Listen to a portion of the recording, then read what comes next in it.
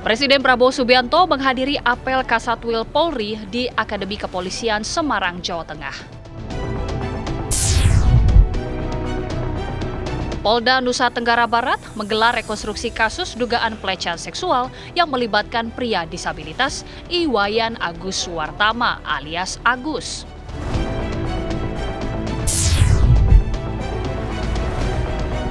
Menteri Agama Nazaruddin Umar akan mengkaji usulan sertifikasi bagi para pendakwah. Usulan tersebut mencuat setelah pendakwah Gus Miftah mengolok penjual es teh dan viral di media sosial. Lantas, apakah sertifikasi pendakwah tepat untuk diterapkan? Mengapa wacana tersebut timbul tenggelam? Bagaimana penerapan yang efektif jika dilaksanakan? Saksikan ulasan selengkapnya di Apa Kabar Indonesia Malam sesaat lagi.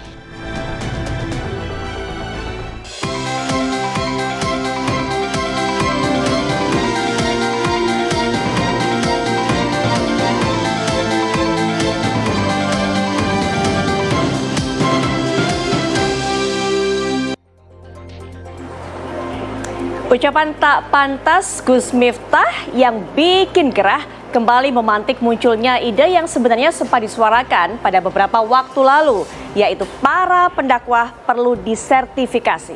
Perlukah dan tepatkah? Assalamualaikum warahmatullahi wabarakatuh. Selamat malam pemirsa, tema yang saya sampaikan tadi menjadi tema kita di Apa Kabar Indonesia Malam kali ini. Bersama saya Putri Viola. Dan bersama saya Kenana pemirsa, kami juga akan menghadirkan informasi terbaru di mana pihak kepolisian ini sudah berhasil menangkap 4 pelaku penculikan ibu rumah tangga dan juga sudah mengetahui motif di balik tindakan penculikan tersebut. Informasi selengkapnya dan juga sejumlah informasi lain kami hadirkan untuk Anda di Apa Kabar Indonesia Malam untuk Anda. Ya pemirsa, kita akan melalui jumpa kita akan melihat kabar mengenai Presiden Prabowo Subianto yang menghadiri apel Kasatwil Polri di Akademi Kepolisian Semarang, Jawa Tengah. Nah, apel Kasatwil Polri diikuti oleh seluruh Kapolda, Kapolres, serta pejabat utama dari Mabes Polri yang mencapai 571 peserta.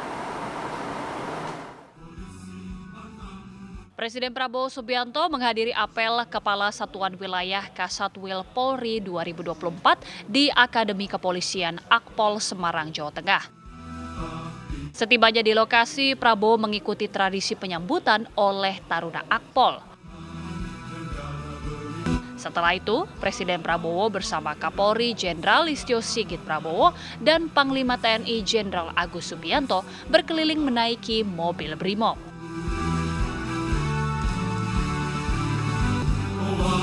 Polri menggelar apel Kasatwil bertema peran Polri yang presisi dalam mendukung agenda nasional untuk mewujudkan keamanan dalam negeri.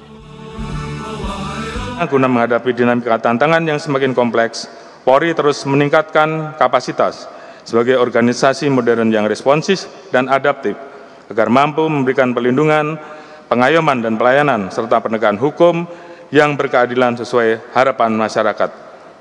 Polri berkomitmen akan mengerahkan segala sumber daya untuk menjaga stabilitas Kamtibmas dan mendukung penuh misi Astacita guna mewujudkan visi bersama Indonesia Maju menuju Indonesia Emas 2045.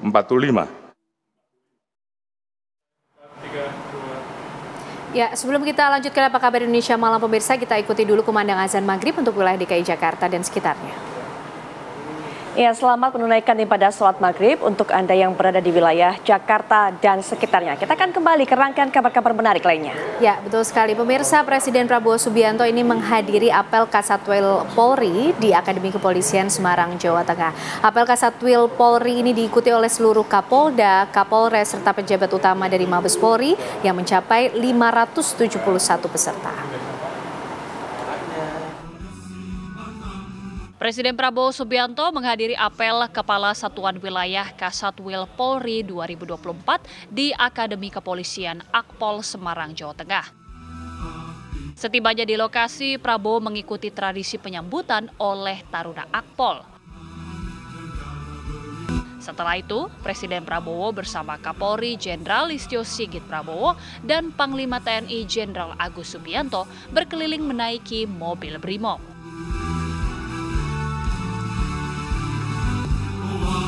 Polri menggelar apel Kasatwil bertema peran Polri yang presisi dalam mendukung agenda nasional untuk mewujudkan keamanan dalam negeri. Guna menghadapi dinamika tantangan yang semakin kompleks, Polri terus meningkatkan kapasitas sebagai organisasi modern yang responsif dan adaptif agar mampu memberikan perlindungan, pengayoman dan pelayanan serta penegakan hukum yang berkeadilan sesuai harapan masyarakat. Polri berkomitmen akan mengerahkan segala sumber daya untuk menjaga stabilitas Kamtibmas dan mendukung penuh misi Astacita guna mewujudkan visi bersama Indonesia Maju menuju Indonesia Emas 2045. Sementara itu, Presiden Prabowo menyatakan banyak menteri di Kabinet Merah Putih yang dipimpinnya merupakan lulusan dari Akademi Kepolisian. Ini saya sapa para alumni Akademi Kepolisian yang kebetulan ada di kabinet yang saya pimpin. Ternyata banyak juga alumni Akademi Kepolisian.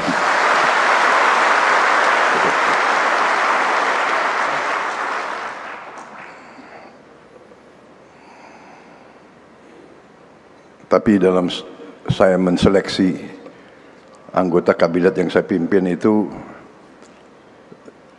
yang saya lihat adalah hati merah putihnya, bukan latar belakangnya.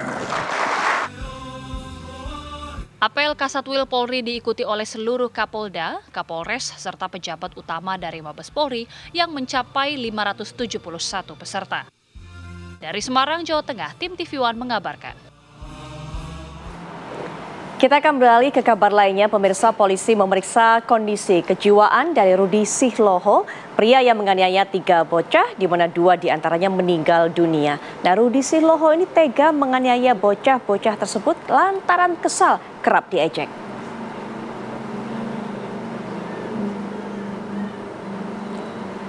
Heriawan Lawolo, ibu ketiga bocah korban penikaman Rudi Sihloho, mengaku seakan mendapat mimpi buruk setelah 2 anaknya tewas setelah ditikam tetangganya.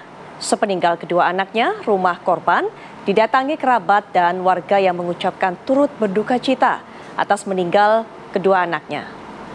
Dan tersangka Rudi Sihloho, usia 40 tahun, pasrah ditangkap oleh Satuan Reskrim Polrestabes Medan setelah menganiaya 3 bocah yang merupakan satu keluarga di Jalan Masjid Gang Dahlia 7, Bandar Khalifah Percut Seituan, Deli Serdang, Sumatera Utara. Akibat aksi kejam Rudi ini, 2 korban meninggal dunia setelah menjalani perawatan di rumah sakit, sementara 1 anak lainnya masih dalam perawatan. Ibu korban, Heriawan Lawolo, menyerahkan penanganan kasus ini ke pihak kepolisian. Menurut Kapolsek Medan, Tembung Johnson Sitompul, kondisi kejiwaan pelaku akan diperiksa.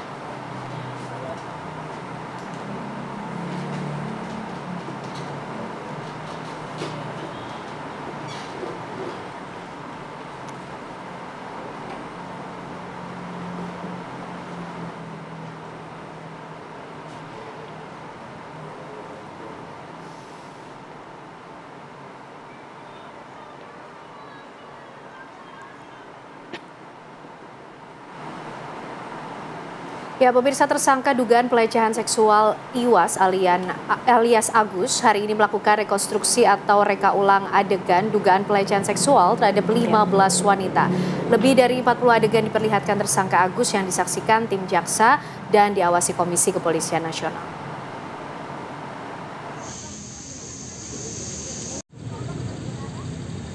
Polda Nusa Tenggara Barat menggelar rekonstruksi kasus dugaan pelecehan seksual yang melibatkan pria disabilitas Iwayan Agus Suwartama alias Agus. Dalam rekonstruksi, Agus yang telah ditetapkan sebagai tersangka turut dihadirkan. Sementara korban diperagakan oleh laki-laki sebagai peran pengganti.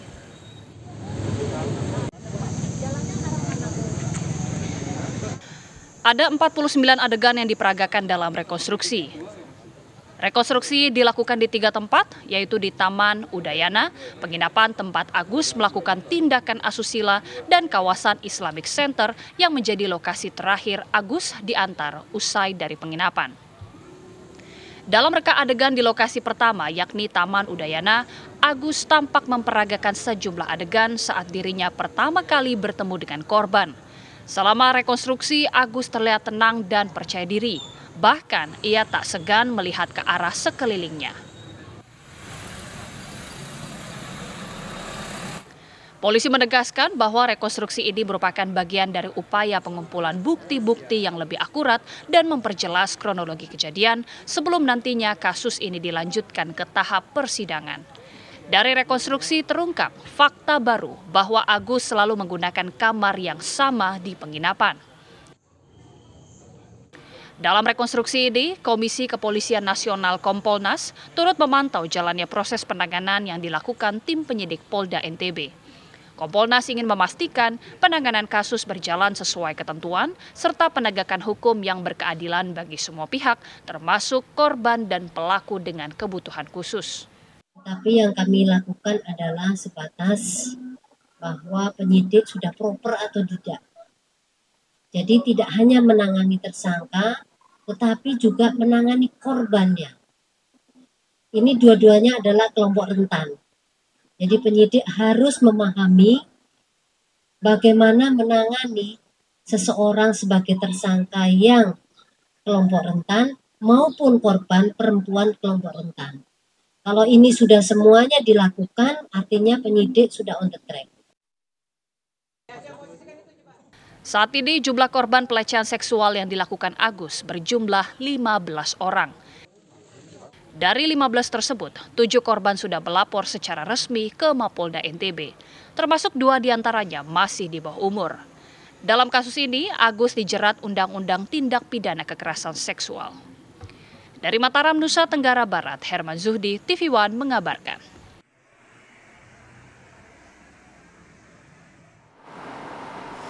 Pemirsa, kita akan juga mendapatkan keterangan lebih lanjut mengenai perkembangan kasus ini dan juga penanganannya. Sudah terhubung kita dengan Bapak Yan Mangandar Putra, selaku anggota Komisi Disabilitas Daerah atau KDD NTB. Selamat malam, Pak Yan.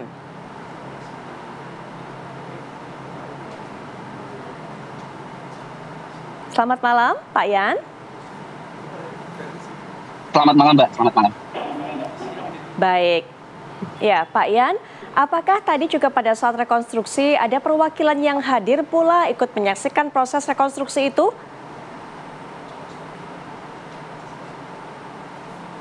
Oke, kebetulan saya lagi di posisi di Jakarta saat sekarang, jadi ada teman lain yang hadir. Dan kami sudah mendapatkan laporannya bagaimana proses rekonstruksi tadi berjalan.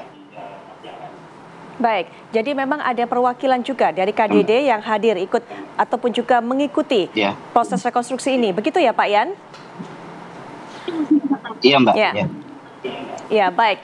Baik, ada tanggapan mengenai proses rekonstruksi tadi dari KDD. Apalagi kalau kita lihat sepertinya juga Agus ini masih nampak percaya diri pada saat rekonstruksi ini dilakukan tadi. Masih dalam pengakuannya bahwa tidak bersalah dalam kasus ini, Pak Yan. Oke, kami sebelumnya apresiasi ya teman-teman penyidik, begitu juga teman-teman kejaksaan yang sudah bekerja keras pada hari ini, dan kami salut juga terhadap tim pengacara dari Agus sudah konsisten memberikan bantuan hukum, melakukan pendampingan pada saat rekonstruksi, juga teman-teman pendamping dari korban yang sudah berkesempatan hadir. Nah, proses rekonstruksi penilaian kami sudah sangat bagus ya, sudah sesuai dengan ketentuan. Ini dibuktikan dengan apa yang jadi hak-hak dari tersangka itu terpenuhi. Nah, salah satu indikatornya itu teman-teman kepolisian sudah menyiapkan sekitar 28 reka adegan ya berdasarkan berita acara pemeriksaan tersangka pertama. Namun ternyata ketika dilakukan rekonstruksi di tempat kejadian perkara itu berkembang menjadi 49 reka adegan, dan saya rasa ini apa yang menjadi kepentingan dari tersangka Agus itu dipenuhi oleh rekan-rekan penyidik. Oke, baik. Pak Yan, dari perwakilan KDD yang turut hadir mendampingi dalam proses rekonstruksi tadi, apa saja kemudian laporan yang didapatkan, termasuk fakta-fakta mungkin yang bisa digambarkan dari proses rekonstruksi yang ada? Kalau dari cerita karena proses dari proses dari keterangan korban, kemudian informasi yang kami dapat terkait ke BAP, ya saya rasa tidak ada perkembangan yang terlalu begitu signifikan ya. Kalau mengenai dari perubahan 28 ke 49 ya memang ada beberapa bagian-bagian yang memang harus dipertimbangkan oleh teman-teman penyidik untuk dimasukkan. Jadi tidak ada yang terlalu rekonstruksi tadi berjalan, Mbak. Informasi yang mendapatkan seperti itu. Dan dari tiga titik, dari tiga titik dari titik pertama di Taman Udayana, yang bergeser ke belakang Kelas Udayana, kemudian berpindah ke titik kedua di homestay, kemudian titik ketiga di belakang Islamic Center. Memang rekonstruksi ini cukup memberikan petunjuk ya, membuat makin terang perkara ini, sehingga teman-teman penyidik merasa cukup untuk melakukan eksekusi hari ini. Ya, Pak Yan. Baik, Pak Yan, apakah ada korban baru yang melaporkan juga ke KDD hingga sejauh ini? Karena kan kemarin pantauan kita ada lagi yang melapor, kemudian memilih untuk lebih melapor kepada KDD ketimbang kepada polisi. Nah, hingga saat ini apakah ada pertambahan jumlah korban, Pak? Terakhir yang kami dapat konfirmasi itu ada 15 korban ya. Nah, untuk korban-korban baru memang ada, cuma memang belum kami konfirmasi karena kami masih melihat perkembangan terbaru. Karena di media sosial itu masih ada saja masyarakat yang coba menceritakan pengalaman yang sama terkait yang dialami oleh para korban. Jadi temuan-temuan kami di media sosial itu belum sempat kami konfirmasi. Oke. Baik, tentu kita akan terus mengikuti bagaimana perkembangan penanganan kasus ini. Terima kasih Pak Yan Mangandar Putra, anggota Komisi Disabilitas Daerah NTB sudah bergabung bersama kami di Apa Kabar Indonesia Malam. Ya, pemirsa, kita menuju kabar berikutnya. Hampir 250 warga Desa Ngerapah, Kecamatan Banyu-Biru, Semarang, Jawa Tengah terpaksa mengungsi akibat banjir yang melanda karena tanggul jebol. Banjir yang terjadi sejak malam menyebabkan sejumlah rumah warga rusak parah. Monggo Pak Tentara, Pak Polisi. Tanggul Sungai Klegung di Desa Ngaprah, Kecamatan Banyu-Biru, Kabupaten Semarang, Jawa Tengah, jebol akibat debit air yang meluap pada Selasa malam. Akibatnya Dusun Ngendo, Desa Ngaprah, Kecamatan Banyu-Biru terkena banjir dengan ketinggian bervariasi. Aliran banjir yang deras menimbulkan sejumlah rumah dan seisinya mengalami kerusakan. Beberapa warga juga hampir terseret air sungai. Sebanyak 249 warga dari 2 RT yang terdampak terpaksa mengungsi ke rumah tetangga dan posko pengungsian. Meski banjir masih terjadi, sebagian warga yang mengungsi memilih kembali ke tempat tinggal masing-masing untuk membersihkan rumah mereka dari lumpur. Ya, ada 7 kakak yang mengungsi ke tetangga. Kemudian di tetangga itu juga dalam kondisi yang bisa dikatakan relatif aman. Posko pengungsian di sini ada beberapa tempat, termasuk di dapur umum, jadi ada 3 lokasi. Dan kebetulan tadi malam itu juga untuk pengungsi sementara bisa dikatakan tidak ada di posko pengungsian, tapi tetap kita ada yang memantau dari teman-teman yang ada di sini. Itu dari semua unsur itu sampai pagi tadi, itu ada yang kita jaga standby 24 jam, itu alhamdulillah kondisinya aman semua. Kini BPBD dan relawan TNI, Polri tengah membuat tanggul sementara untuk mengurangi debit air mengalir masuk ke permukiman. Dari Kabupaten Semarang, Jawa Tengah, Aditya Bayu, TV One mengabarkan.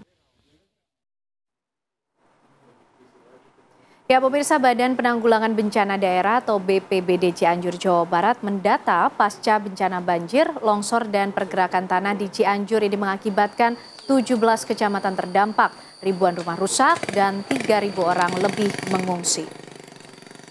Meski pergerakan tanah di Cianjur sudah tidak terjadi lagi, petugas masih mengantisipasi dengan membuat posko pengungsian dan bantuan logistik. Berdasarkan data BPBD Cianjur, bencana banjir dan tanah longsor yang menerjang Cianjur mengakibatkan 17 kecamatan terdampak. 2.558 rumah rusak dan sebanyak 3.606 orang mengungsi. Jalan amblas akibat dampak dari pergerakan tanah juga sudah mulai diperbaiki. Namun sementara waktu jalan ditutup sementara dan warga bisa menggunakan jalan alternatif lain yang saat ini sudah mulai bisa dilintasi kendaraan. Untuk mengantisipasi hal-hal yang tidak diinginkan, pihak BPBD Cianjur bersama TNI dan Polri sudah mendirikan posko pengungsian di sejumlah titik yang aman. Warga nantinya bisa berada di pengungsian jika terjadi hujan dan pergerakan tanah. Bahwa pergerakan tanah berdasarkan laporan dari desa dan juga dari pihak kecamatan untuk saat ini alhamdulillah tidak terlalu signifikan, dan beberapa pengungsi juga sudah menempati tempat-tempat yang relatif aman, yaitu di tempat-tempat saudaranya dan tetangganya. Terus juga antisipasi yang kami laksanakan pada saat ini menghimbau agar masyarakat apabila terjadi hujan lebat dalam waktu yang cukup lama agar menghindari daerah-daerah yang rawan banjir dan juga daerah-daerah rawan longsor. Ya pemirsa, usai jeda apa kabar Indonesia Malam tentu masih akan kembali hadir untuk Anda dengan dialog mengenai usulan dari Menteri Agama yang mengusulkan akan dilakukan sertifikasi bagi para pendakwa. Kami hadirkan perbincangannya untuk Anda usai jeda. Ini sebenarnya bukan pertama kalinya kita mendengarkan ada usulan, ada wacana untuk memberikan sertifikasi kepada para dai ataupun juga pada para penceramah. Sebelumnya kita sudah pernah mendengarkan, tapi kemudian beragam reaksi timbul. Nah, dari kejadian yang kita tahu, beberapa waktu lalu ada ucapan yang tak pantas disampaikan oleh Gus Miftah, kemudian membuat semuanya menjadi heboh. Nah, ini kemudian kembali lagi kita dengarkan bahwa ide ataupun juga usulan untuk membuat sertifikasi atau mengadakan sertifikasi kepada para pendakwah ini muncul kembali. Lalu apa tanggapan masyarakat? Bagaimana juga tanggapan dari Kementerian Agama Republik Indonesia beserta juga para pemuka agama ataupun juga para pendakwah? Sudah bergabung secara daring dengan kita yaitu Wakil Menteri Agama Republik Indonesia Bapak Kiai Haji Romo Muhammad Syafi'i. Assalamualaikum warahmatullahi wabarakatuh. Selamat malam Pak Wamen. Waalaikumsalam warahmatullahi wabarakatuh.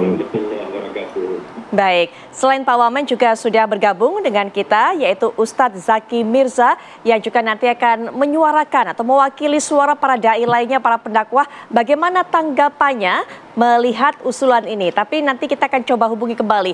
Kita juga masih menanti kehadiran dari Ketua MUI Bapak Kiai Haji Khalil Nafis yang insya Allah juga akan segera merapat bersama saya di studio akan memberikan pandangannya. Nah, kita akan menuju ke Pak Wamen terlebih dahulu. Pak Wamen, bagaimana kemudian menanggapi ide ini, usulan ini, karena ini muncul kembali Pak Wamen? Ya, baik. Saya kira pendapat beberapa tokoh agama kita sudah tepat. Persoalan ini harus dikaji secara lebih mendalam. Kenapa? Pertama, itu di dalam konteks penyampaian agama, kita mengenal beberapa istilah ya. Pertama itu ada yang disebut dengan ustadz atau ustazah yang bermakna guru. Jadi sebenarnya guru apa saja bisa dipanggil ustadz. Tapi sekarang terjadi penyempitan makna, ustadz itu spesifik adalah guru agama. Kemudian ada juga istilah mubaligh. Mubaligh ini berasal dari kata balagha yubalighu. Ya, artinya menyampaikan. Aktivitasnya disebut tabligh. Ya, kayaknya ini mubaligh ini lebih pada kewajiban. Merujuk pada hadis Rasulullah mengatakan balighu anni walau ayah. Sampaikanlah dariku walaupun satu ayat.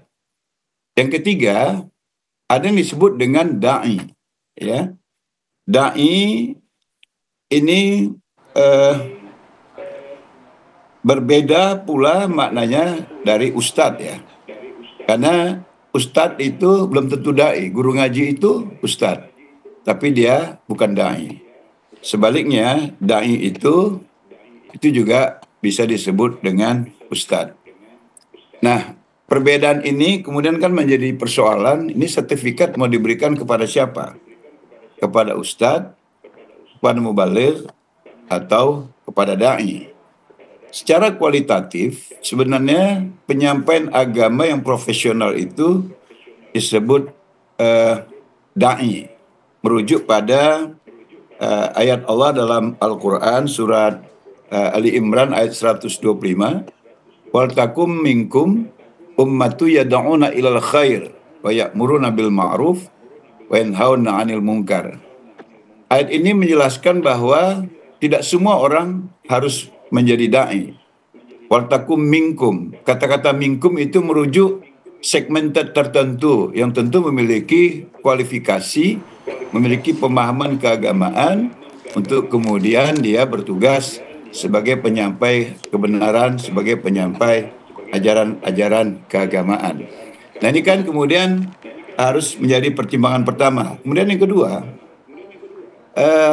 ilmu agama itu pada banyak kasus sangat berbeda dengan praktek keagamaan. Sudah menjadi tagline ya, orang yang memiliki ilmu agama yang tinggi belum tentu dia merupakan orang yang melaksanakan keagamaan dengan lebih bergairah. Sebaliknya, ada orang yang dengan ilmu agama yang tidak tinggi, tapi memiliki kegiatan keagamaan yang sangat bergairah. Contohnya antara kegiatan di desa dan di tempat-tempat yang lain. Di desa itu rata-rata pemahaman keagamaannya mungkin tidak tinggi, tapi semangat keagamaannya yang tinggi. Sebaliknya mungkin di tempat-tempat yang penuh dengan kegiatan industri. Nah ini kan sebuah persoalan, kemudian kepada siapa yang mau kita beri sertifikat, apakah itu da'i, ustadz, atau mubaligh. Yang kedua, apakah itu untuk yang berpraktek di kota besar, atau menyeluruh sampai ke daerah-daerah. Dan ini kan menjadi persoalan ya. Makanya saya sepakat dengan pendapat bahwa ini memang harus dikaji lebih mendalam bagaimana sertifikasi dari penyampai agama ini akan diberikan. Belum lagi kemudian kita akan bertanya siapa yang punya kualifikasi yang berhak memberikan sertifikat. Karena saya mendengar kemarin Badan Halal yang sekarang dipimpin oleh Babe Haikal saja mengatakan untuk memberi sertifikat halal terhadap produk-produk yang ada di dalam negeri saja kita pasti kewalahan karena jumlahnya jutaan. Apalagi sertifikat kepada para ustadz. Karena nanti persoalannya bagaimana dengan yang belum mendapat sertifikat. Dan orang yang mendapat sertifikat ini kualifikasinya boleh berceramah di mana? Tidak berceramah di mana? Kan pasti tidak berbeda juga levelitas sertifikat yang diberikan. Ya, sertifikat pendakwah yang profesor, sertifikat pendakwah yang baru doktor, sertifikat dakwah yang S1, sertifikat dakwah yang tamatan madrasah atau pesantren. Ini pasti levelitasnya berbeda-beda. Maka saya sepakat, kalaupun ini dianggap penting, menurut saya yang paling penting itu adalah kesamaan pandangan terhadap Negara Kesatuan Republik Indonesia, kesamaan pandangan terhadap Pancasila, kesamaan pandangan terhadap Bhinneka Tunggal Ika, kesamaan pandangan terhadap Undang-Undang Dasar 1945. Kalau ini, saya yakin bila kesadarannya sama di level manapun dia, dalam pemahaman seberapa dalam pun dia, kalau dengan satu visi yang sama untuk membangun bangsa Indonesia yang disadarinya sangat heterogen ini, saya kira ini sudah cukup efektif ya, ketimbang kemudian kita menyisir lewat pemahaman keagamaan, lewat levelitas dakwah yang biasa dia geluti dan lain sebagainya. Mungkin untuk sementara itu Mbak komentar saya.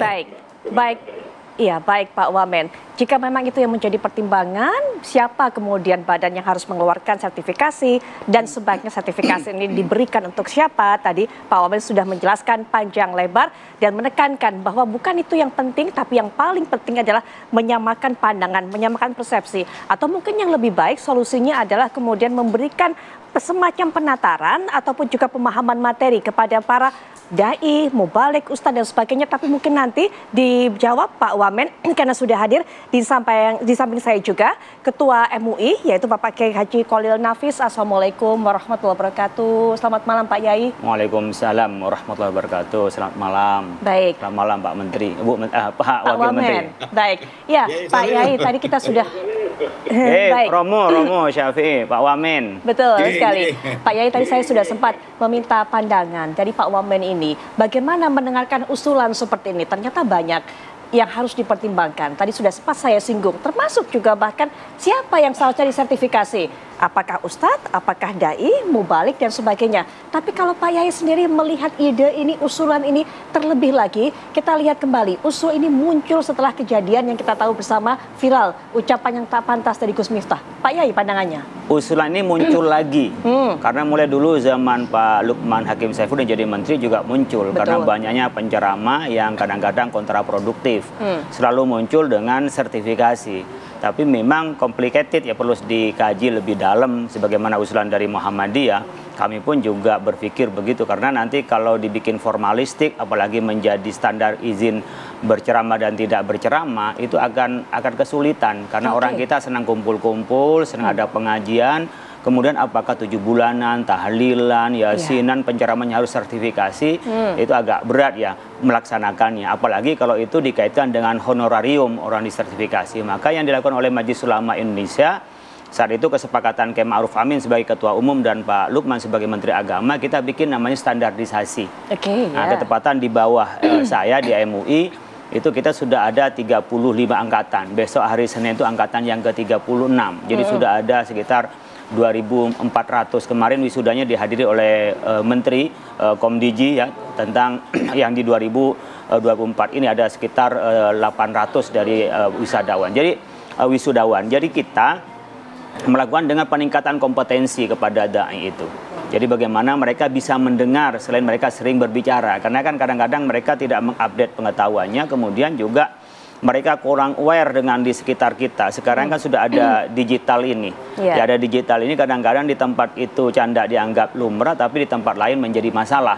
Nah, kita juga harus pandai-pandai cari candaan-candaan yang cerdas, yang itu multi, mungkin kalau bicara multidisiplin, multi lokasi, multidimensi, dan multi ruang. Karena kita sekarang sudah tidak hanya pada satu ruang itu, pada saat ketika ceramah, dalam arti dakwah itu disiarkan melalui media atau ada yang kamerakan atau ya ada yang menvideokan di tempat itu. Oleh karena itu minimal barangkali tadi Pak Wamen sampaikan, Romo Syafi'i, kita mensyaratkan 3 hal yang kita ada pretest dan posttestnya pada ngikutin standarisasi MUI. Yang pertama adalah paham keagamaannya, yang wasatiyatul Islam, yang punya moderasi, memahami tentang kedalaman agama, minimal yang apa yang dia sampaikan dia mengerti dan memahaminya. Yang kedua adalah berkenaan dengan hubungan kebangsaan, agama dan kebangsaan. Jadi jangan pertentangkan agama, khususnya Islam di sini, dengan NKRI yang setelah final oleh kita dan itu tidak ada bertentangan dengan agama.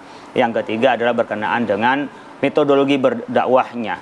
Karena kita kan punya segmentasi dan punya masyarakat, apalagi yang tabligh akbar itu kan kita memang perlu ada jok-joknya, perlu ada yang menarik perhatiannya. Kalau tidak mereka akan bicara antar mereka sendiri lah. Ini kadang-kadang kita kalau nggak cerdas mencari jok, tidak cerdas kita mencari pengalihan masyarakat agar memperhatikan terhadap ceramah kita kadang-kadang ya menjadi kemana-mana. Mungkin niatnya ngelucu tapi malah menjadi kontraproduktif. Baik. Standarisasi sudah dilakukan oleh MUI. Banyak juga tadi sudah dikatakan wisudawannya begitu kan. Tapi ternyata masih ada terjadi kasus seperti ini. Jadi pertanyaan berikutnya Pak Yai, cukupkah hanya dengan standarisasi? Dan siapa saja kemudian yang tercakup dengan standarisasi ini? Tapi nanti Pak Yai dijawab karena juga sudah bergabung dengan kita, yaitu ada Ustadz Zaki Mirza. Assalamualaikum warahmatullahi wabarakatuh. Selamat malam Ustadz Zaki Mirza. Ya, waalaikumsalam warahmatullahi wabarakatuh. Ya Mbak, alhamdulillah. Alhamdulillah baik. Ustadz, mungkin bisa diceritakan dari pengalamannya. Memang tadi Pak Yai Khalil Nafis sudah bercerita kepada kita, butuh sebenarnya para pendakwah ini kemudian jok-jok untuk bisa memancing masyarakat ataupun juga para pendengar ini agar kemudian tetap menyaksikan ataupun juga mendengarkan dengan konsentrasi ataupun juga dengan terhibur setidaknya. Nggak bosan mendengarkan ceramahnya, tapi juga jangan kelewat batas. Nah, bagaimana hal seperti ini? Apakah memang harus ada standarisasi dan sebagainya? Tapi nanti Ustadz Zaki Mirza bisa berikan pandangan setelah jeda. Kami akan segera kembali saat lagi. Sebagai pendakwah memang membutuhkan sesuatu untuk bisa membuat audiensnya, membuat yang mendengarkan, yang menyimak tetap konsentrasi, bahkan juga tetap mendengarkan apa isi ceramahnya dengan gembira sehingga kemudian terserap ilmunya. Nah, itu salah satu yang dibutuhkan memang joke, memang candaan. Tapi jangan sampai kelewatan belajar dari apa yang kita ketahui, apa yang terjadi di beberapa waktu lalu dilakukan oleh Gus Miftah. Dan ini mungkin juga Ustadz Zaki Mirsa selaku pendakwah juga mungkin punya pandangan. Memang joke-joke ini menjadi salah satu cara untuk menggait perhatian dari audiens. Tapi supaya nggak kelewatan sebenarnya apa pemahaman yang harus diberikan kepada para pendakwah ini, Ustadz Zaki Mirsa? Baik, bismillahirrahmanirrahim. Assalamualaikum warahmatullahi wabarakatuh. Alhamdulillah, salatu wassalamu ala rasulillah, amma ba'd.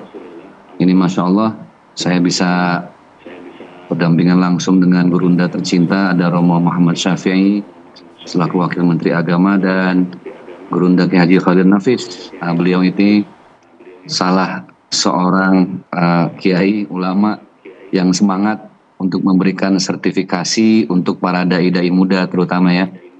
Dan Alhamdulillah, atas arahan beliau, saya pribadi masuk ke angkatan pertama nih Kiai. Alumni pertama dari rangkaian sertifikasi yang dilaksanakan oleh MUI. Yang pasti ketika saya banyak bersafari dakwah ya ke daerah-daerah, memang kultur satu masyarakat dengan yang lainnya tidak sama. Antara masyarakat di Papua dengan di Pulau Kalimantan, kemudian di Sumatera juga beda. Punya karakter yang passion dakwahnya itu tidak bisa kita samaratakan. Justru itu sertifikasi menjadi platform atau fondasi yang paling penting. Bagaimana dulu di pesantren-pesantren kita diajarkan untuk menyampaikan dakwah sesuai dengan karakter masyarakat. Intinya masyarakat itu mereka perlu seorang juru dakwah, seorang penceramah yang memberikan pencerahan-pencerahan pada dinamika dan problematika masyarakat yang ada saat itu. Nah, kalau saya justru lebih kepada mengangkat hal-hal yang sedang viral nih.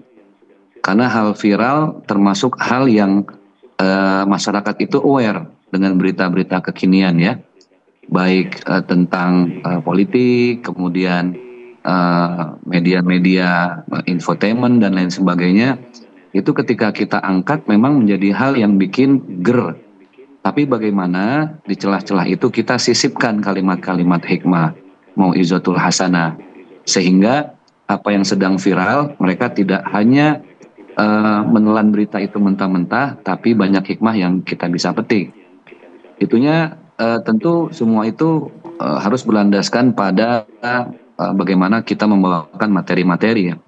Jok-jok satu masyarakat dengan yang lain kan tidak sama. Nah, saya selama pelatihan sertifikasi dari MUI ini betul-betul merasakan bahwa ya nilai-nilai kebangsaan, nilai-nilai Pancasila itu harus tersampaikan. Ada kerukunan antar umat seagama, ada kerukunan antar umat beragama. Nah, nilai-nilai seperti ini yang harus sampai kepada masyarakat supaya mereka bisa tetap hidup damai, akur, rukun dalam perbedaan yang begitu kompleks. Menurut saya sertifikasi harus menggiring para dai muda, terutama para pendakwah, untuk menyampaikan nilai-nilai kedamaian yang ada di Indonesia, sehingga Pancasila ini kembali membumi gitu loh. Jadi yang didakwahkan ini bukan hanya Al-Quran, bukan hanya Sunnah Rasulullah, tapi bagaimana nilai-nilai Pancasila ini bisa terimplementasi dalam keseharian masyarakat. Itu Mbak. Baik. Menurut dari Ustadz Zaki Mirsa sendiri, apakah memang pelatihan yang dilakukan oleh MUI ini sudah cukup atau memang perlu adanya sertifikasi seperti usulan-usulan yang disuarakan belakangan ini? Ya, saya rasa ini sudah sangat urgent ya. Karena bagaimanapun terutama di karakter masyarakat tertentu ada bahasa-bahasa joke yang memang kita tidak bisa langsung mengeluarkan kata-kata itu. Harus ada studi. Kalau saya biasanya banyak bicara dengan teman-teman di daerah, bahasa keseharian apa yang memang sangat disukai oleh masyarakat.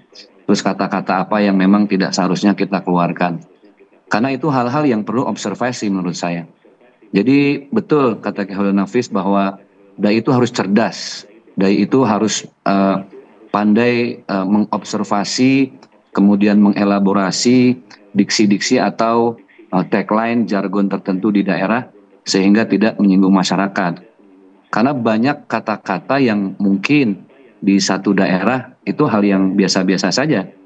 Tapi di daerah lain itu menjadi hal yang sedikit menyinggung. Nah itu yang kadang kita nggak sadar gitu ya. Jadi memang kecerdasan seorang dai ini dahsyat. Bagaimana dia tidak hanya memerlukan fisik, mental, tapi kecerdasan dalam membaca bahasa-bahasa masyarakat, terutama bahasa keseharian. Jadi sertifikasi menurut saya satu hal yang memang sudah seharusnya bisa dikantongi oleh para dai muda, supaya kita ini berkiprah, ada pagar-pagar tertentu yang tidak kelewat batas, ada etika, adab yang harus dijaga. Karena saya rasa Indonesia ini kan penuh dengan budaya dan tradisi yang tidak sama gitu. Iya. Baik, Ustadz Zaki Mirza, mohon maaf, ini karena memang didengarkan juga, ditampung usulnya menjadi masukan yang berarti untuk Pak Wamen. Yang dibutuhkan kalau Ustadz Zaki Mirza mewakili rekan-rekannya juga, cukup dengan sertifikasi atau pelatihan yang saat ini sudah ada melalui MUI, atau memang harus ada sertifikasi khusus sesuai dengan usulan yang kita dengarkan baru-baru ini? Yang mana? Saya rasa kalau yang sertifikasi menurut saya kan, iya, hanya sebatas teori ya.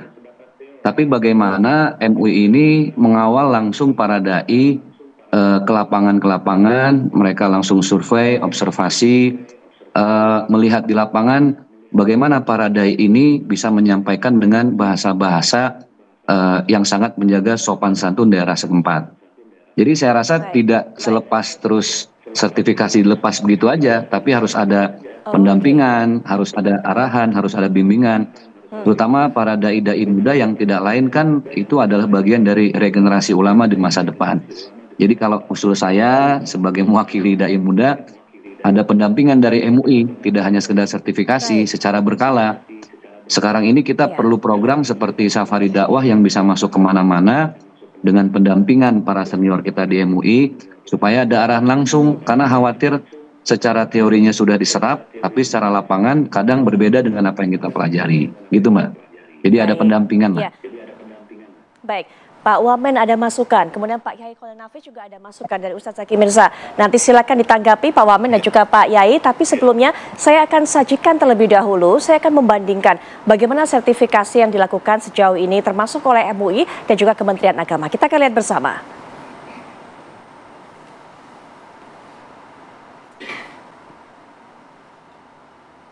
Ya, pemirsa, ini merupakan syarat sertifikasi ulama versi Kementerian Agama Republik Indonesia, mampu membaca Al-Quran dengan baik dan hafal minimal 2 juz. Kemudian kita juga akan lihat apa yang menjadi syarat sertifikasi ulama versi Kementerian Agama yang lainnya, memahami kitab Taurat ataupun juga kitab kuning.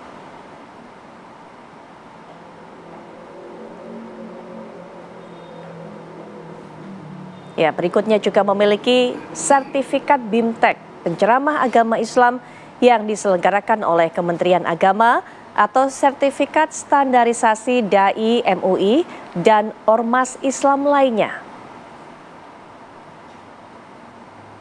Baik, berikutnya kita juga akan lihat bagaimana syarat standarisasi versi MUI. Nah, ini diwajibkan berkomitmen pada ideologi Pancasila serta pro terhadap NKRI. Ini yang tadi juga Pak Yai Khalil Nafis sudah menjelaskan, ini menjadi salah satu materi yang diajarkan kepada para dai ini, para pendakwah yang mengikuti materi standarisasi ini. Nah, ini dia, mengedepankan paham Ahlus Sunnah wal Jamaah, kelompok ahli tafsir, ahli hadis, dan ahli fikih.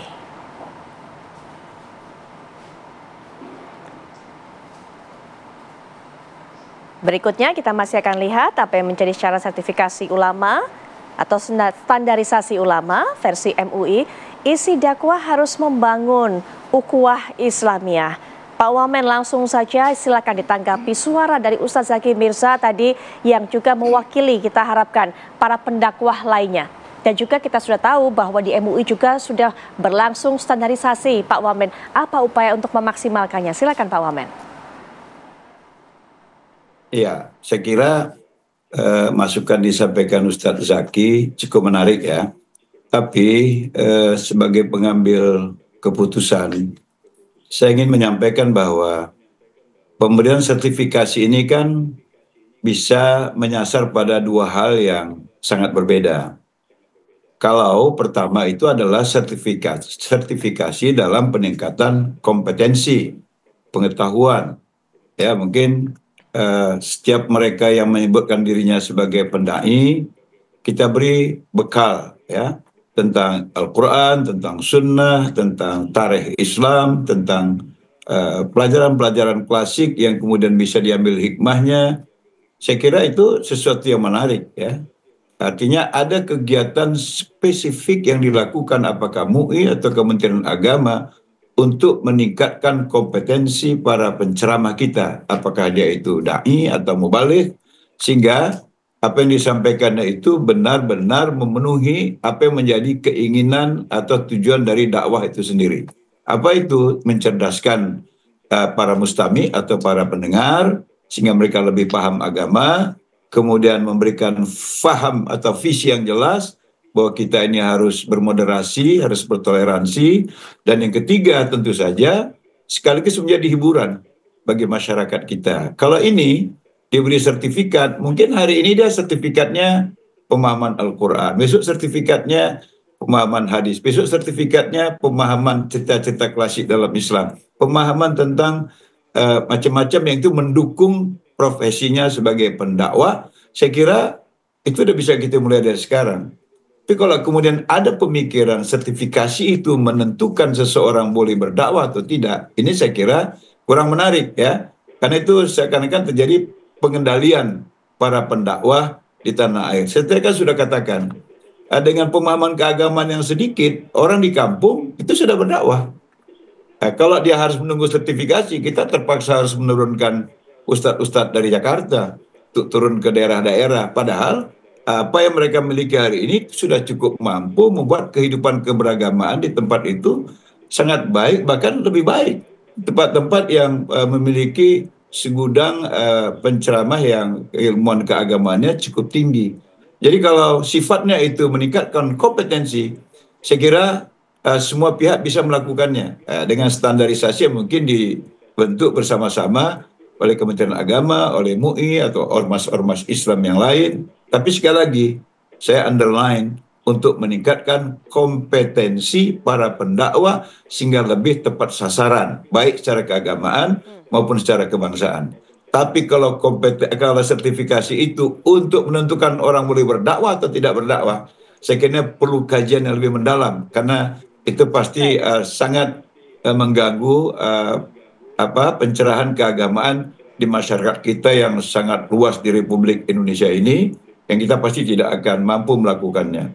Menurut saya seperti itu, karena di beberapa negara itu kan juga sudah ya, seperti di Malaysia, di Singapura, di negara-negara Arab, mereka juga melakukan sertifikasi. Tapi mungkin kita punya sertifikasi khas Indonesia, ya, karena kita di pemerintahan Pak Prabowo ini ingin khas Indonesia, nggak mesti mengikut contoh-contoh di negara lain, kecuali itu memang layak kita adopsi untuk kita terapkan di negara kita. Saya kira itu, Mbak.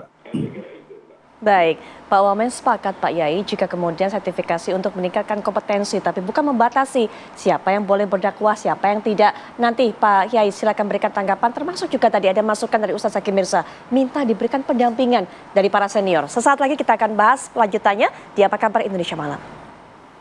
Ya pemirsa, kita sudah mendengarkan keterangan yang disampaikan oleh Ustadz Adi Hidayat saat kemudian berkembang isu ramai di kalangan masyarakat yang menganggap bahwa Ustadz Adi Hidayat kemudian diangkat menjadi utusan khusus Presiden menggantikan Gus Miftah yang mengundurkan diri. Kita kembali lagi ke tema kita, tadi Pak Wamen sebelum jeda sudah menyampaikan sertifikasi sepakat jika kemudian bertujuan untuk meningkatkan kompetensi. Tapi kemudian jangan sampai ini malah membatasi yang ini boleh berdakwah, yang ini enggak. Apalagi kemudian jika di daerah tersebut atau daerah desa, daerah terpencil seperti itu Pak Yai, yang kemudian ada keterbatasan dan juga banyak sekali ulama-ulama di daerah gitu yang secara spontan ini selalu memberikan ilmu kepada warga di sekitarnya. Pak Yai, tanggapannya? Mungkin yang perlu kita sepakati adalah definisi dari sertifikasi. Apakah sertifikasi, dai bersertifikat atau standarisasi? Ini harus dipilah. Mungkin pemahaman sementara kalau standarisasi itu adalah dai yang punya standar tertentu.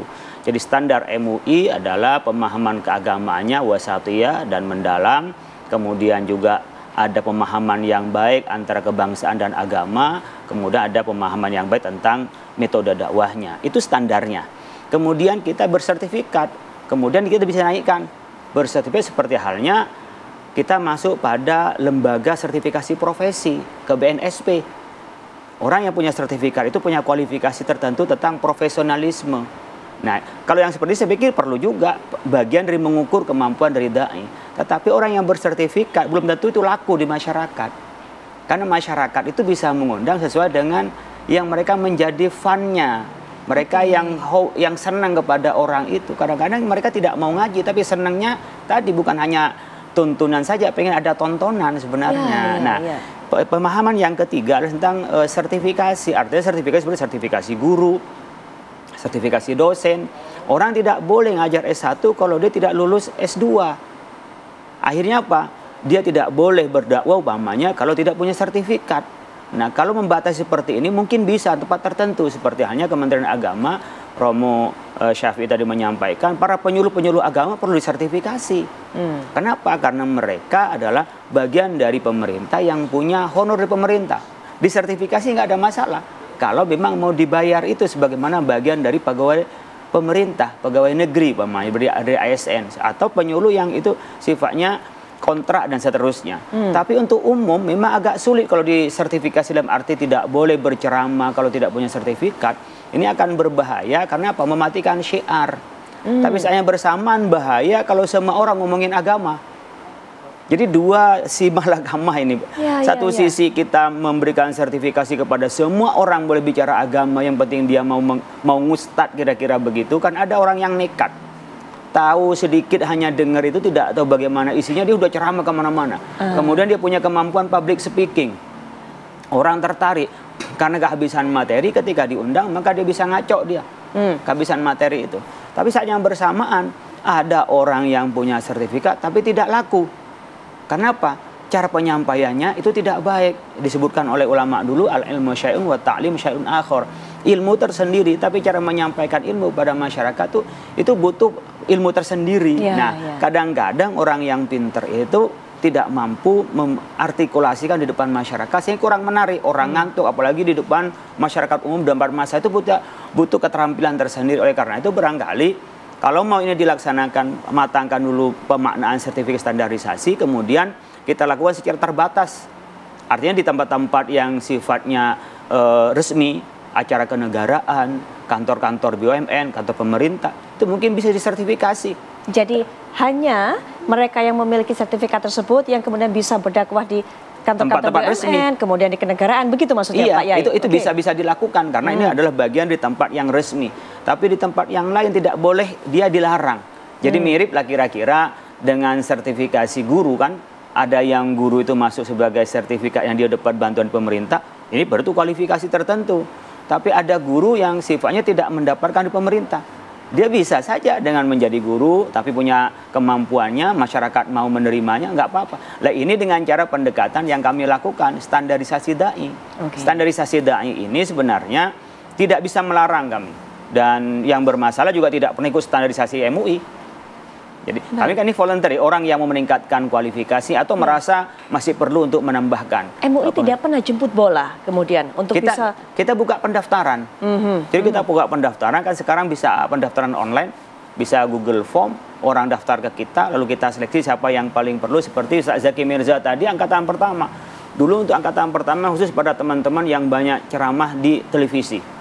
Karena pada saat itu problemnya 4 tahun yang lalu itu problemnya adalah orang yang ceramah di televisi tidak punya kompetensi. Dulu pernah ada yang di TV swasta itu nulis Arab itu salah, nulis Al-Quran. Karena Al-Quran nggak boleh salah. Sehingga kita sasaran pertama saat itu adalah guru-guru yang di ceramah di televisi. Setelah itu adalah ormas-ormas Islam yang ada di bernaung di MUI. Kemudian kita pada masyarakat umum. Jadi kita memang satu angkatan sekitar 100. Ini udah angkatan ke-35, besok ke-36, itu sukarela.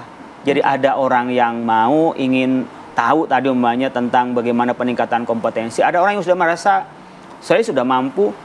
Kan ada juga yang begitu, saya ini sudah S3, saya sudah pinter, lebih laku saya daripada yang mensertifikat. Nah, padahal kita kan ada standar yang kita lakukan itu. Kayak seperti sekolah lah.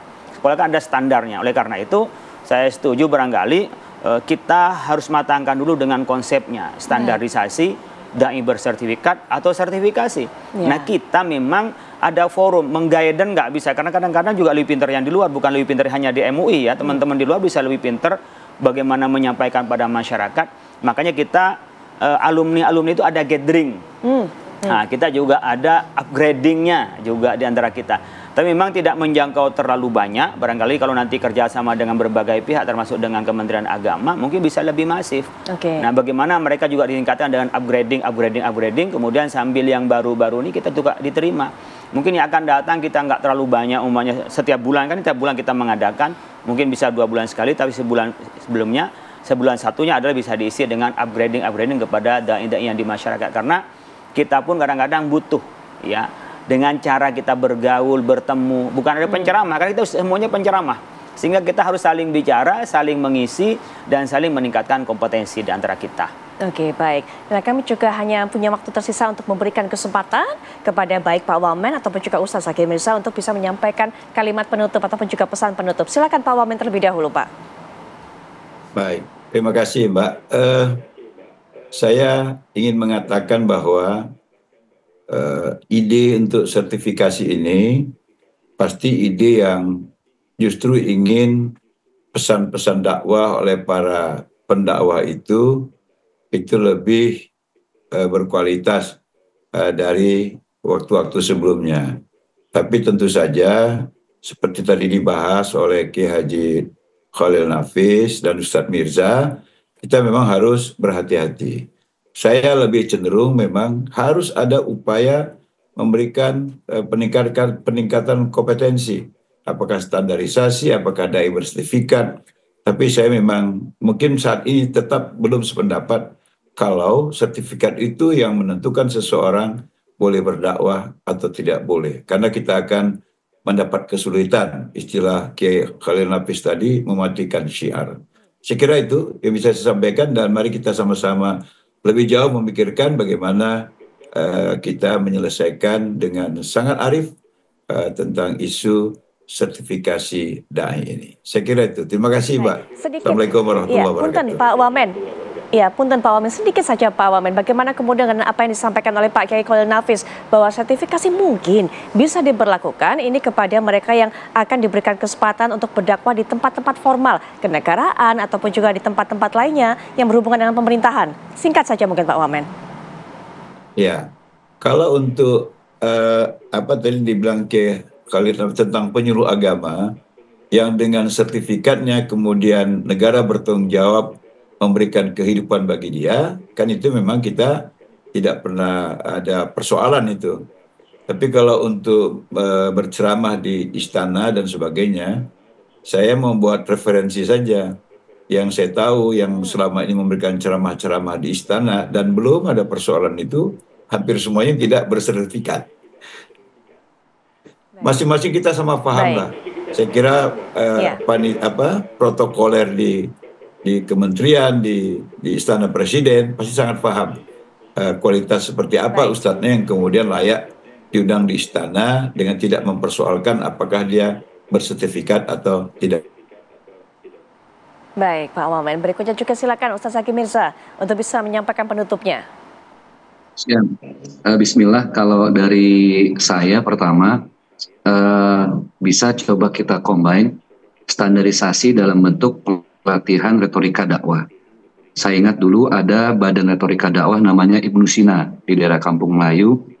Bagaimana para dai ini diberikan ilmu retorika dakwah, ilmu-ilmu dasar agama untuk disampaikan kepada masyarakat. Sehingga materi yang disampaikan betul-betul mencerahkan. Nah, bisa jadi secara implementasinya 5 hari, 1 minggu. Nah, kemudian tidak hanya sampai di situ, lalu kemudian para dai muda ini, terutama mereka yang baru berkecimpung di bidang dakwah, langsung diberikan medan-medan dakwah, diberikan kesempatan untuk menyampaikan apa yang sudah dipelajari selama pelatihan retorika dakwah. Yang pada akhirnya oleh MUI itu akan diberikan sertifikasi bahwa setelah pengkaderan retorika dakwah, kemudian terjun ke lapangan, nanti akan diberikan sertifikasi. Tinggal nanti masyarakat memilih. Ini loh, ada beberapa dai yang sudah dikader, memiliki keilmuan yang mumpuni, baik secara keagamaan ataupun kebangsaan. Pada akhirnya biar masyarakat yang memilih. biar entah itu dunia broadcast, televisi, media-media, atau channel-channel YouTube, atau masyarakat di kampung-kampung yang akhirnya mereka punya satu sosok pendakwah yang multi talenta, tidak hanya sekedar ilmunya mumpuni, tapi bagaimana dengan pelatihan retorika dakwah mereka juga punya kiat-kiat jokes yang mampu menghibur masyarakat, menyegarkan, tapi tidak keluar dari batas-batas budaya dan tradisi setempat.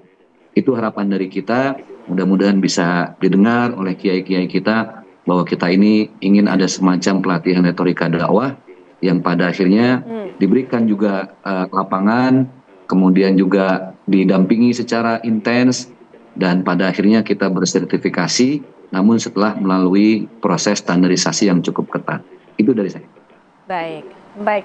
Ustaz Hakim Mika, terima kasih sudah berkenan untuk bisa menyampaikan pendapatnya, menyampaikan masukannya, insya Allah menjadi masukan yang berarti. Pak Wamen, terima kasih sekali Pak Wamen meluangkan waktunya untuk bisa memberikan pandangannya, termasuk juga menginformasikan hingga saat ini bagaimana kemudian sikap yang diambil oleh Kementerian Agama, dan juga tadi mungkin bisa dipahami, direnungkan juga masukan-masukan yang disampaikan baik oleh Pak Kiai Khalil Nafis ataupun juga Ustaz Hakim Mirsa. Pak Yai, terima kasih juga sudah hadir dan juga memberikan tadi informasi kepada kita mengenai standarisasi yang sudah dilakukan sejauh ini oleh MUI. Sekali lagi terima kasih kepada para narasumber. Selamat malam. Wassalamualaikum warahmatullahi wabarakatuh. Waalaikumsalam warahmatullahi wabarakatuh. Ya, pemirsa, sesaat lagi kami akan kembali ke hadapan Anda dengan rangkaian kabar-kabar menarik lainnya, dan Ken Ana akan menyajikan kabar termasuk juga update mengenai kasus penembakan seorang siswa SMKN 4 Semarang. Sesaat lagi. Ya, Anda masih menyaksikan Apa Kabar Indonesia Malam. Pemirsa, setelah 2 minggu kasus penembakan seorang siswa SMKN 4 Semarang, Jawa Tengah, akhirnya polisi menemukan titik terang. Oknum polisi bernama Aibda Robik Zainuddin ditetapkan sebagai tersangka dan diberhentikan dengan cara tidak hormat.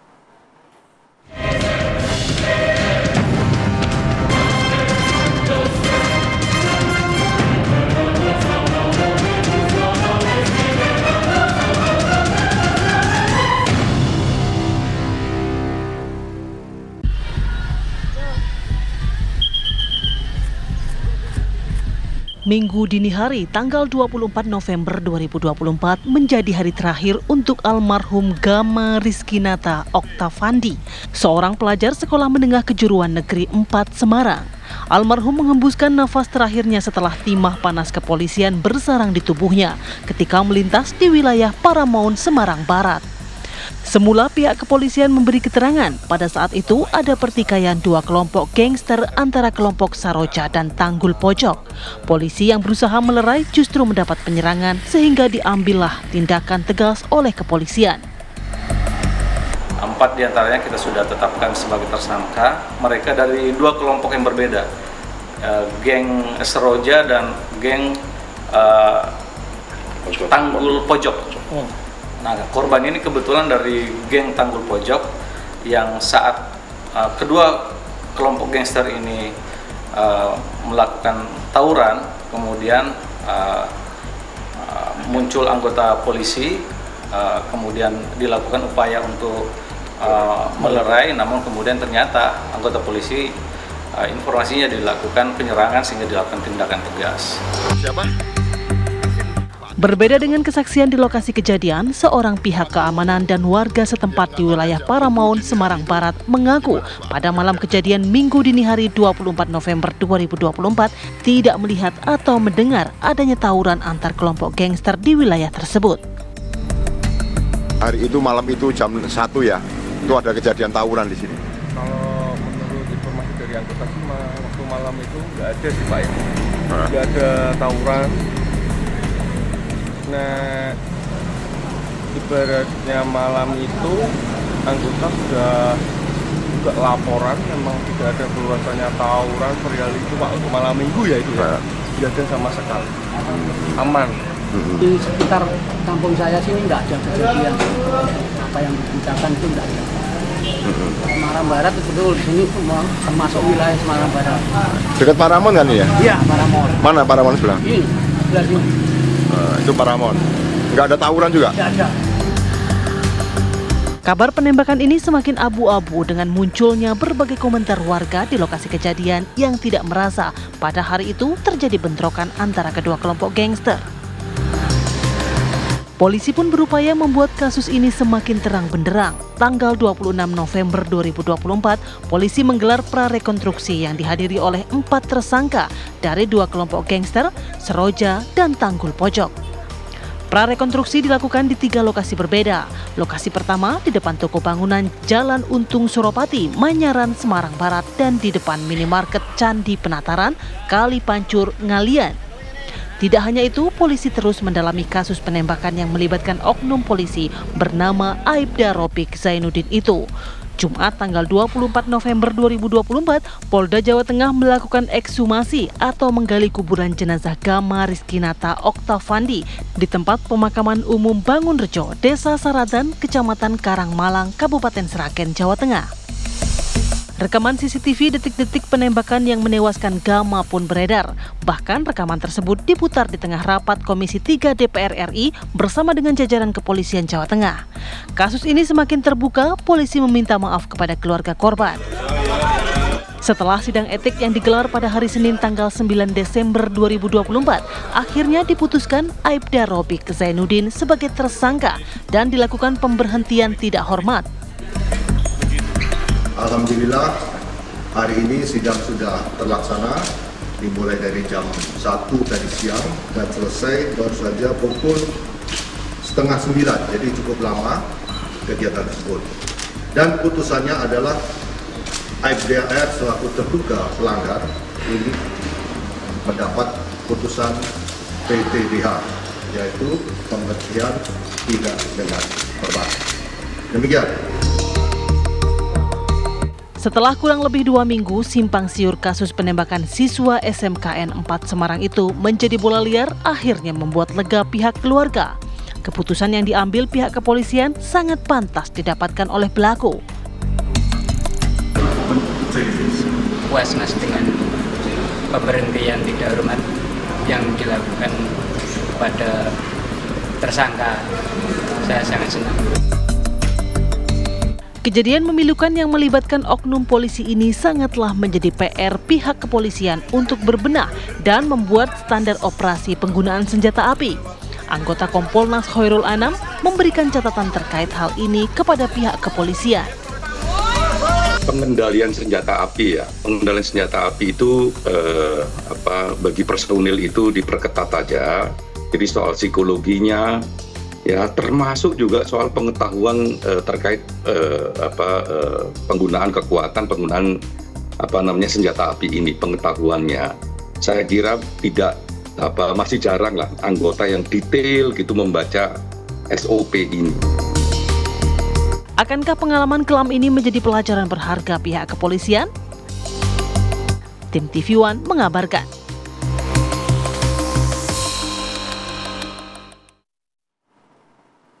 Polisi membuka posko pengaduan bagi masyarakat yang merasa menjadi korban dokter kecantikan abal-abal RA. Selain melakukan tindakan medis tak sesuai dengan prosedur, RA disebut juga tak memiliki izin praktik.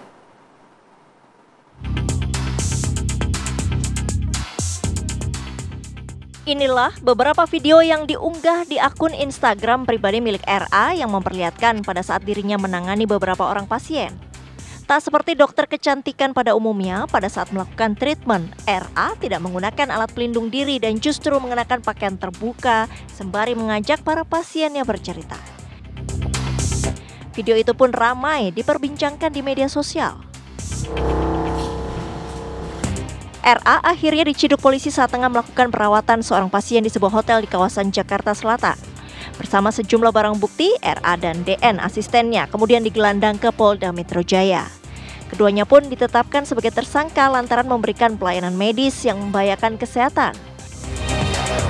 Polisi mengungkap unggahan pelaku di medsos yang berpakaian seksi saat melayani pasien adalah untuk semakin menarik pelanggan. Tak tanggung-tanggung, para pelanggan RA rela merogoh kocek mulai dari 10 hingga 85 juta rupiah untuk perawatan.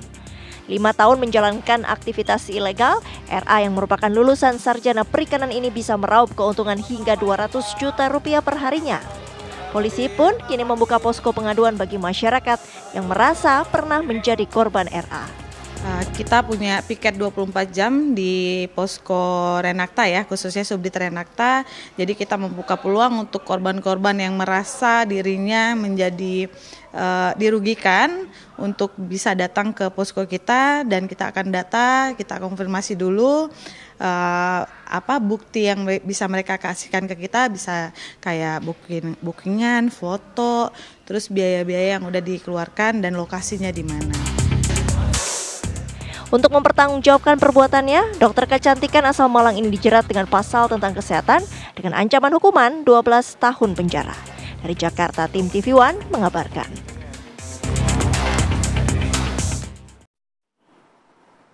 Polisi mengungkap motif penculikan terhadap ibu rumah tangga bernama Santi yang terjadi pada Minggu kemarin di depan rumahnya. Kami akan hadirkan untuk Anda pemirsa informasi selengkapnya usai jeda.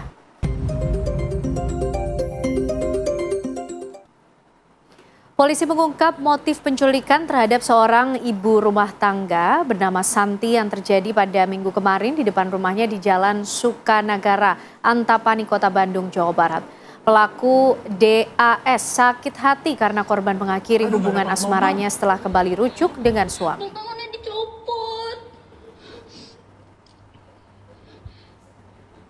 Polisi melakukan pendalaman dan pemeriksaan terhadap 4 pelaku penculikan ibu rumah tangga bernama Santi di Antapani, Kota Bandung dengan menggunakan senjata api. DAS, pelaku utama, sakit hati karena antara korban dan pelaku ada hubungan asmara. Korban memutuskan untuk tidak menjalani asmara lagi dengan pelaku. Keputusan korban untuk mengakhiri hubungan membuat pelaku DAS berniat jahat untuk menculik korban di depan rumahnya.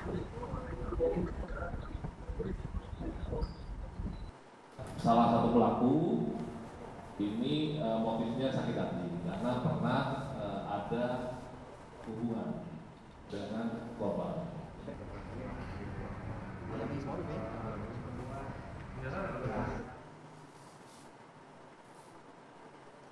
Ya pemirsa, untuk mengetahui lebih jelas mengenai peristiwa ini, kami ajak Anda berbincang dengan Kasat Reskrim Polrestabes Bandung AKBP Abdul Rahman. Selamat malam Pak Kasat Reskrim. Selamat malam Mbak Ken. Ya, Pak Abdul, betul sudah ada 4 pelaku yang diamankan dari peristiwa ini. Bagaimana peran mereka, Pak? Baik, kami dari Polrestabes Bandung mengupdate informasi terkini mengenai kejadian atau perkara penculikan yang terjadi di Antapani, Kota Bandung. Kami sampaikan, kami informasikan bahwa dari kejadian tersebut kami sudah mengamankan 4 orang pelaku. Satu yang merupakan otak dari pelaku berinisial D. Ini merupakan otak pelaku yang berperan banyak mengatur dan mengajak 3 orang kawannya yang terlibat untuk melakukan kejahatan tersebut. Di mana yang 3 orang ini merupakan kawan-kawan dari si D yang mengajak dengan diiming-imingkan untuk mendapatkan uang. Karena pada saat diajak pertama untuk menagih utang ke si korban, bukan untuk ada hal-hal lain, tetapi untuk menagih utang ke si korban, sehingga ketiga orang tersebut menyanggupi, dan ketika pelaksanaannya ataupun kegiatannya telah selesai, ketiga orang tersebut sudah mendapatkan uang 100.000 per orang. Itu Mbak Ken informasinya. Oke.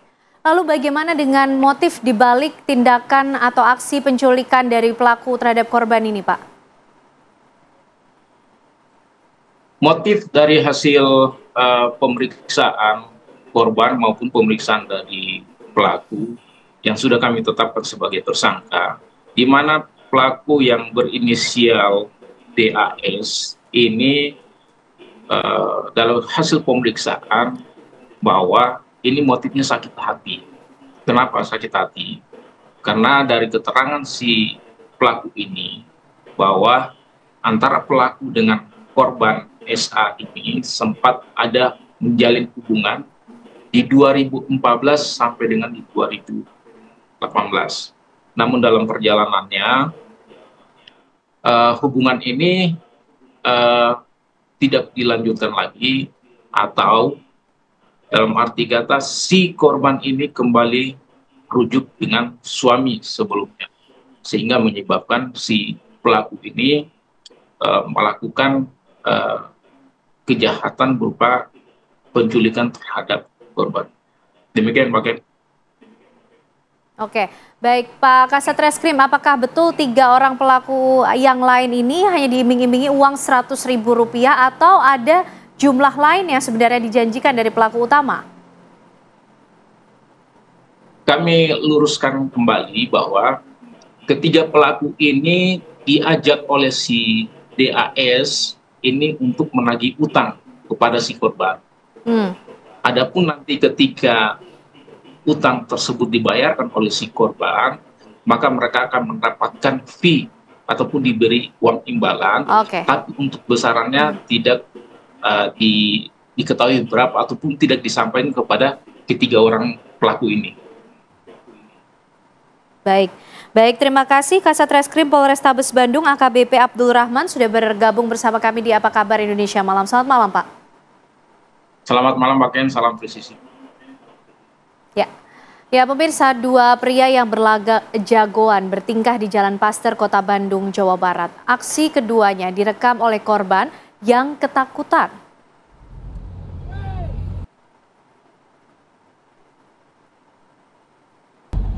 Inilah aksi 2 pria yang berlaga jagoan di Jalan Paster, Kota Bandung, Jawa Barat.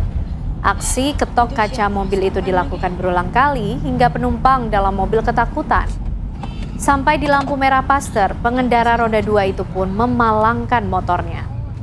Melihat hal itu, pengemudi mobil nekat menabrakkan mobilnya tanpa menghiraukan kondisi saat itu. Pengemudi selanjutnya melapor ke Polsek Cicendo. Petugas yang mendapatkan laporan tersebut langsung mencari dan membawa kedua pria tersebut ke Polsek Cicendo untuk dipertemukan dengan korban. Setelah mendengar cerita dari pengendara motor, diketahui adanya salah paham lantaran kedua abang jago yang dalam pengaruh alkohol ini tersinggung dengan bunyi klakson dan mengejar mobil korban. Dari pertemuan tersebut, kedua belah pihak sepakat untuk menyelesaikan masalah tanpa jalur hukum. Sekarang kan gini ya, karena sekarang udah saya tindak lanjuti kan di sini ya. Nah, kita kan semua tindak pidana anggota, tolonglah segera biar semua clear kan maunya seperti apa kan gitu. Puluhan ekor anak ular kobra berhasil dievakuasi tim UPT Damkar Pos Merdeka Kota Depok di sebuah rumah kosong yang berlokasi di Jalan Kahayan Ujung, Sukmajaya, Kota Depok, Jawa Barat. Banyak sekali anakan kobra baru pada netes. Puluhan ekor anak ular kobra ditemukan di sebuah rumah kosong sekitar pemukiman warga. Tim pemadam kebakaran pun dikerahkan untuk melakukan evakuasi ular berbisa tersebut. Petugas damkar menggunakan peralatan khusus seperti alat penjepit untuk bisa menangkap seekor ular tersebut.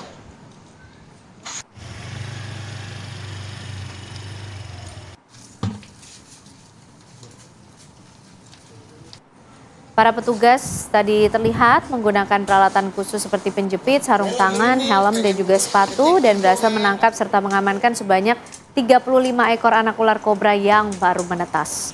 Sementara itu, Kepala Seksi Penyelamatan Damkar Kota Depok, Tesi Haryati, mengimbau kepada masyarakat segera melaporkan jika menemukan ular atau satwa liar lainnya di sekitar rumah. Jangan mencoba menangkapnya sendiri karena bisa sangat berbahaya.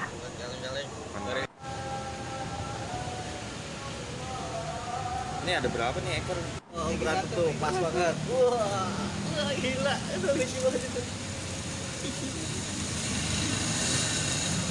41 detik.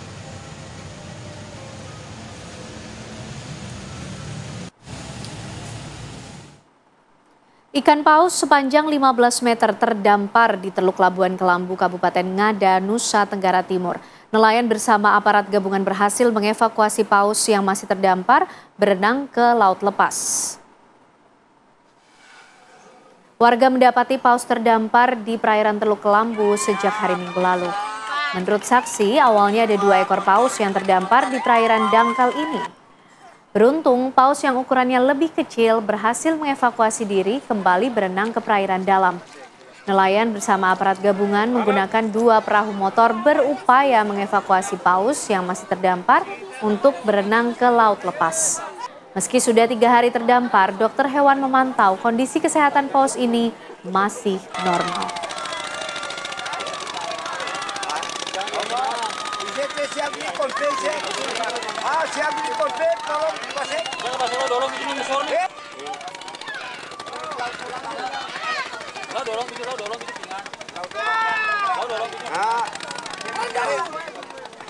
Selesai.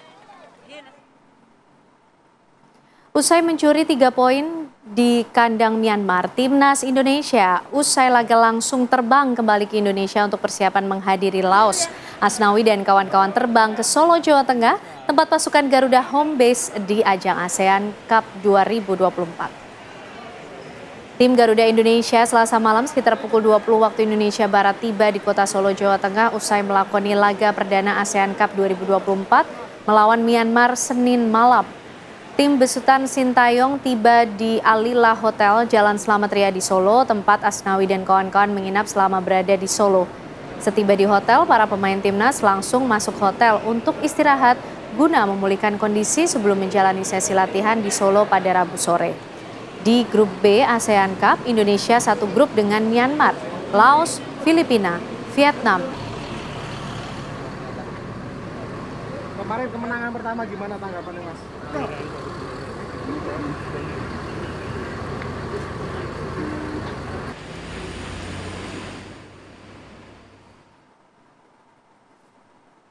Sesaat lagi pemirsa, apa kabar Indonesia Malam masih akan kembali.